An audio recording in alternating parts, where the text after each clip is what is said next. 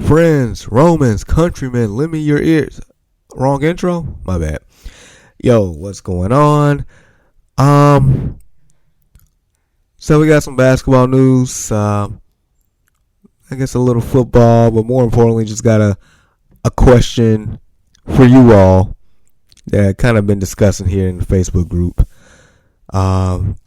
Yeah, I'll get into the question now. So it's just more a general question, but it kind of makes you think.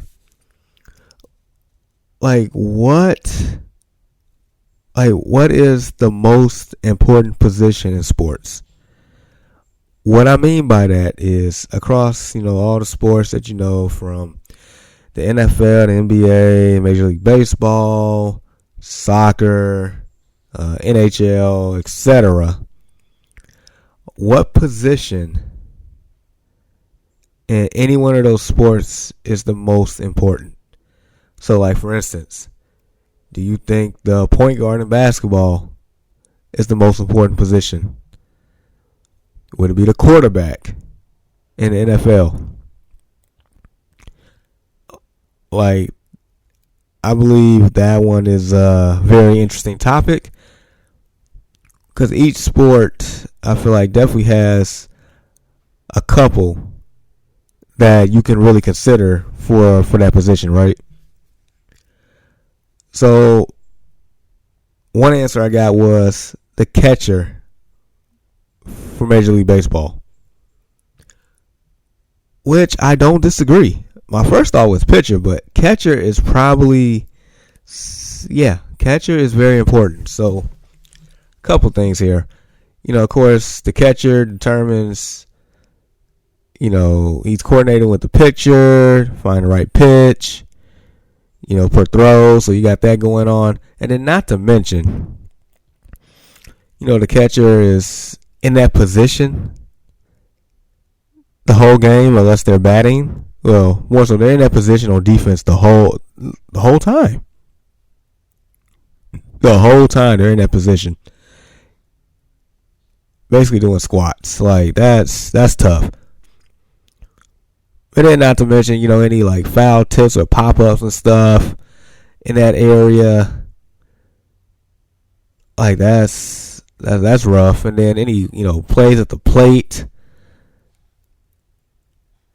and kind of blocking the play and blocking the ball from wild pitches and left and right. So yeah, I mean, that is a legitimate candidate, a catcher.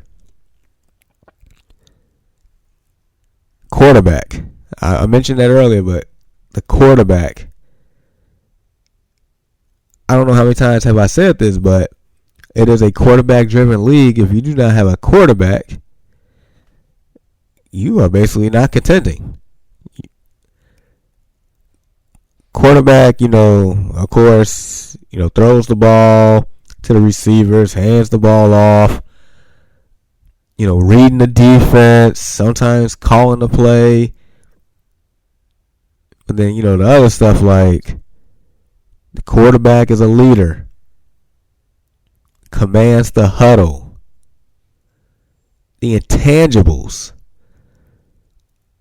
The quarterback is normally the face of the franchise. I mean, you don't ever, hear a wide receiver, the face of the franchise. As good as Justin Jefferson is, he's not the face of the franchise. Even though you can make a legitimate argument there because Kirk Cousins, Mr. Empty Calories, is not that guy. But that's a subject for another day. But, I mean, the quarterback seems like it's the engine. I mean, just look at Patrick Mahomes, for instance. We compared Patrick Mahomes to Tom Brady at the age of 27. And my gosh, the number of things that Patrick Mahomes has been able to do in his time and the success of the Kansas City Chiefs, a lot of it is predicated on him. Ever since Mahomes has become a starter, they have made it to the AFC Championship game every year. every year since he's been a starter, I think, 5 straight years? 5 straight AFC Championship games. The Kansas City Chiefs has owned the AFC West. Yeah, Andy Reid has plenty to do with that. And, yeah, first ballot Hall of Fame tight end as well. But this season has, let us know how important the quarterback position is. I mean, they took away Tyreek Hill. A lot of people, including myself, thought the offense was going to suffer. Insert some quote-unquote role player wide receivers, a.k.a. Juju Smith-Schuster, Marquez Valdez-Scantling, traded for Kadarius Toney. All these guys are good, but they're not great. Change of philosophy as far as went from pass heavy to a little bit more balance. Drafted a 7th round running back named Isaiah Pacheco, who became a starter. Mahomes on a bum ankle, but yet gets the job done. Because the quarterback position is very, very, very important. So we got that one. I guess, what about the center in hockey? I was thinking goalie. Somebody else mentions the center. I know we don't really talk about hockey too much, but to my understanding, the center, basically plays the whole rink, back and forth the whole time, dictating pace. Center definitely has to be a two-way player for sure. So, I mean, I can see that. I can definitely see that. Now, one person said, as far as the NBA, one person said point guard, which, I get. The point guard traditionally, runs the offense, basically knows everybody's assignment. It's basically like the quarterback on the court type deal. And traditionally, that's how it's been. So, yeah, I can see that because prime example would be Chris Paul. When you watch Chris Paul, he is definitely a floor general, running the show, know everybody's plays, know where everybody should be, dictating pace, knows what the defense is running, etc., etc., etc. So I get that one. I do. But someone also brought up the point, the small forward in today's NBA, because of the amount of superstars this position produces, even though they said, although it's hard to argue against point guard, but the fact that the difficulty, the degree of difficulty within the small forward position because of how elite that talent is right now at that position. I get the philosophy on that. One night, you gotta guard and be guarded by Kawhi Leonard. The next night you have Kevin Durant. The night after that, you got LeBron minus the foot injury. And then keep going. Maybe the next night after that, you got Jason Tatum. So you just keep getting, difficult matchups because of how the league is as far as wing players these days. Like it is a definitely interesting era in that regard. So I get that. I do. So my question is to you all, what do you think is the most important position in sports? I mean, you can argue that the goalkeeper in soccer, I mean, that's not an easy position at all. I remember one time my college roommate tried to get me to play goalkeeper in just a pickup soccer game with a bunch of, I guess, his friends, and I'm like, well, Hey, give it a try. Man, first kick that went my way. Yeah, I don't think I'm about this life. So, I'm pretty sure that position is hard, especially like doing PKs, penalty kicks. Well, at that point, I feel like you essentially guessing, where to dive and which trajectory to, use to stop the ball. Like, that's not easy at all. At all. So yeah, it just makes you think like which position is the most important to you? Which position is the most important to you? So just curious on that. And get into quick other news. Yeah, so I'm pretty sure you've seen it by now as far as LeBron James' foot injury out, I guess, quote unquote, several weeks. And in all honesty, that is a devastating blow to a team that already has slim chances to begin with. But, I mean, I look at it like this. If LeBron James is going to be out several weeks, you might as well, scratch off Anthony Davis here within the next week. That means Anthony Davis got to play more minutes. And as we know how injury prone that Mr. Davis is, he might be on a shelf too. He might be the next elf on the shelf. Who knows? But yeah, the Lakers are 12th in the West right now. I mean, granted, they are a half game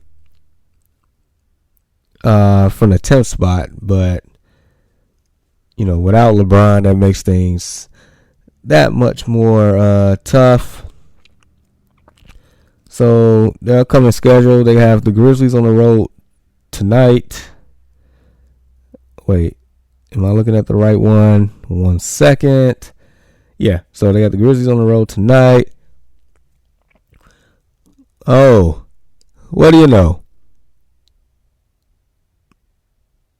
Am I looking at this right? I feel like the schedule is all over the place. Yeah, it is. All right, so, and then they got the Thunder, Timberwolves, Warriors, Grizzlies, Raptors, Knicks. So apparently they had like a little 5-game homestand here. Pelicans, Rockets, Mavs, Magic.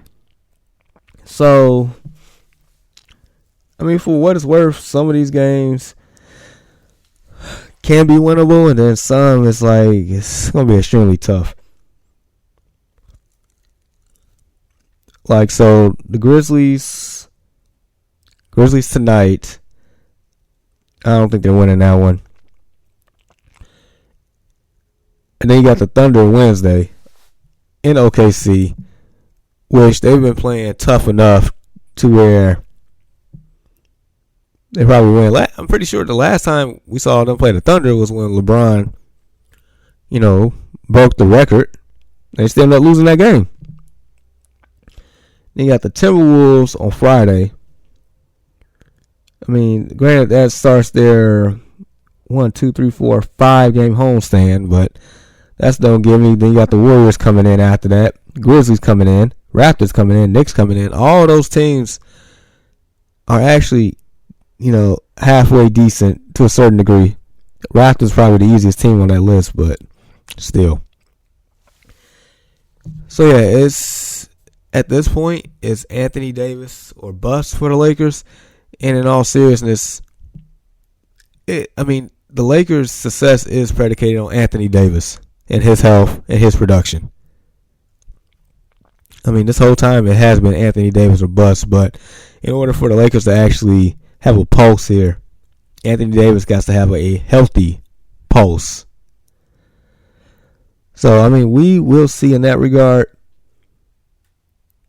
I mean, so yeah, like I said, Lakers 12th in the West. I don't see it happening, but who knows? I mean, that's why they play the games, right? My Bulls have been 2-0 since Patrick Beverley. And I'll leave it at that. They are 11th in the East, half game behind the Wiz for their last play-in spot. So, yeah, we'll see. I'm not getting my hopes up on that. LaMelo Ball fractured his ankle yesterday in a play that didn't look like much. I hope he doesn't turn into Mr. Glass 2.0, but it just seemed like he's just having a series of bad luck this year. Tis what it is. I hope he gets better soon. And then lastly, our buddy Adam Schefter, also known as Shefty, reported yesterday that the Chicago Bears, are leaning towards trading the number one pick. Shefty. That's not news. We know that. Yeah, there's speculation that the Bears possibly trading Justin Fields. Like, that's not happening. That's their guy. That's our guy. That's our quarterback. Best case scenario is to trade twice within the top 4. Trade the number one pick to Houston for their second pick and whatever else. And then trade the second pick to the Colts for their 4th pick and whatever ransom they want to do to get a quarterback. Those two, that is the best case scenario. But nevertheless, that pick is getting traded. I guess it's just a matter of who and when. We know why. Bears have a lot of needs. But like I mentioned before, the Bears control the offseason. They have the most money to spend in free agency, and they have the number one pick. Ryan Poles is the number one person in free agency in the whole NFL. Make it happen, sir. All right, so that's going to do it for today. So continue to rock with your boy right here on the No Offense Radio and No Offense Network. On social media, check me out at JGoodWithSports. We're talking about Facebook, Twitter, Instagram, TikTok. Check out this right here, the J Good with Sports podcast. Available wherever you get your podcast from. And just 2 things in regards to upcoming events.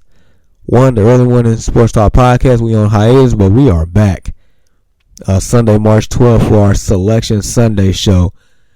Meaning, as soon as the field is set for the NCAA tournament, we are on. We are having a special. We are getting ready to fill out these brackets. And the second thing is, response to that, of course, the J Good Tournament Challenge. Yes, it is back. More details to come.